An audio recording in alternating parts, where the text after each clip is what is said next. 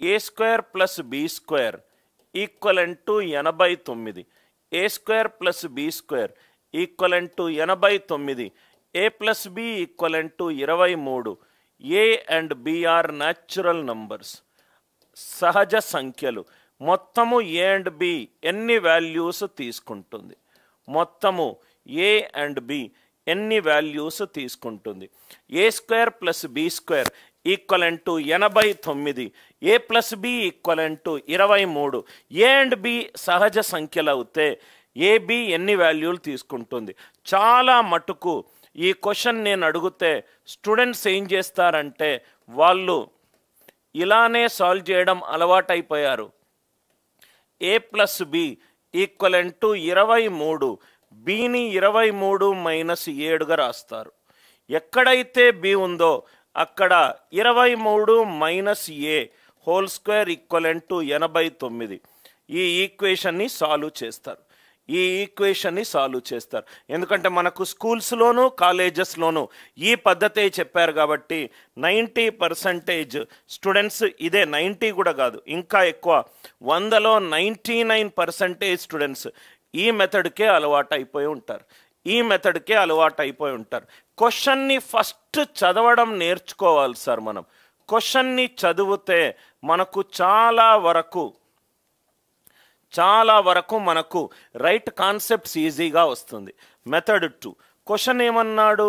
A square plus B square equivalent to 89 అన్నాడు. మళ్ళీ ఏమన్నాడు?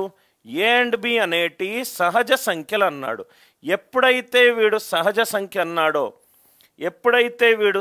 సంఖ్య అన్నాడో అప్పుడు ఇమీడియట్గా మనకు right A and B maximum less than 10 ఉండాలి అని ఇమీడియట్గా తెలిసింది మనకు. Less than 10. సార్ ఎందుకు సార్ లెస్ దాన్ 10 ఉండాలి? ఇప్పుడు 10 పెట్టుకున్నాం అనుకోండి, 10 స్క్వేర్ ఎంత అయింది? 100 ప్లస్ పాజిటివ్ నంబర్ 100 కంటే ఎక్కువనే కదా సార్. అంటే ఏ అండ్ బి అనేది 2 10 కంటే తక్కువ ఉండాలి. ఏ ప్లస్ బి అంటే ఈ సమ్ 20 కంటే తక్కువ ఉండాలి. ఈ సమ్ దేనికంటే తక్కువ ఉండాలి? 20 కంటే తక్కువ ఉండాలి. కానీ క్వశ్చన్లో ఎంత ఇచ్చాడు? 23 ఇచ్చాడు. కాబట్టి ఏ వాల్యూ కూడా సాటిస్ఫై కాదు. చాలా ఈజీగా మనము క్వశ్చన్ని సాల్వ్ చేయొచ్చు. మళ్ళీ చూడండి sir. A square plus B square equivalent to 89. ఎప్పుడైతే మనము 89 అన్నామో ఏ అండ్ బి రెండు కూడా 10కి తక్కువ. ఎందుకు సార్ 10కి తక్కువ అంటే 10 స్క్వేర్ 100 ప్లస్ సంథింగ్, అది 100 కంటే ఎక్కువ అవుతుంది. బి స్క్వేర్ అనేది positive value. 100 plus something. A and B రెండు 10కి తక్కువ. ఏ ప్లస్ బి రెండు ఏ 10కి తక్కువ, లేకుంటే బి 10కి తక్కువ. ఏ ప్లస్ బి రెండు 20కి తక్కువ. కానీ ఇక్కడ ఎంత ఇచ్చాడు? 23. అట్లా మనం సాల్వ్ చేస్తే డిస్క్రిమినెంట్ లెస్ దాన్ 0 వస్తుంది. అంటే ఇమాజినరీ రూట్స్ వస్తాయి. కాబట్టి ఆన్సర్ ఎంత? No value. ఇవన్నీ చాలా ఇంపార్టెంట్ మోడల్స్ సార్. చాలా ఫాస్ట్గా సాల్వ్ చేయొచ్చు. ఇంకో question, A square plus B square equivalent to suppose for example 197. A plus B is equivalent to 32. A and B రెండు సహజ సంఖ్యలు. ఏ అండ్ బి వాల్యూస్ ఎంత? A square plus B square equivalent to 197. A plus B is 32. First equation చూసుకుందాం sir.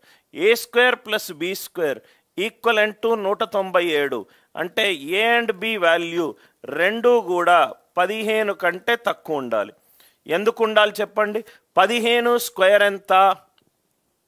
225. 225 plus positive. Answer ఏమవుతుంది? 225 కంటే ఎక్కువ అవుతుంది. కానీ రైట్ హ్యాండ్ సైడ్ ఎంత ఇచ్చాడు? 225 కంటే తక్కువ ఇచ్చాడు. కాబట్టి ఏ అండ్ బి 15 కంటే తక్కువ ఉండాలి. ఏ ప్లస్ బి రెండు కలిపితే 30 కంటే తక్కువ ఉండాలి. కానీ ఇక్కడ క్వశ్చన్లో ఎంత వచ్చింది? 32 వచ్చింది. అంటే ఏం ఆన్సర్ ఉంటుంది? No value. No value for A comma B. ఈ మోడల్ అందరికీ అర్థమైందా? ఈ మోడల్ అందరికీ అర్థమైందా? అర్థమవుతే ఎస్ అని చెప్పండి సార్. మళ్ళీ ఇదే క్లాసులో మళ్ళీ ఇంకో 10 కాన్సెప్ట్లు రైట్, ప్రతి క్వశ్చన్ యొక్క విశ్లేషణ, క్వశ్చన్కి ఏ కాన్సెప్ట్ ఈజీగా రాస్తాము అనేది ఒకటి ఉంది. ఇక్కడ చాలామంది ఏంటంటే సబ్స్టిట్యూషన్ చేస్తారు. సబ్స్టిట్యూషన్ చేయాల్సిన చోట చేస్తే చాలు.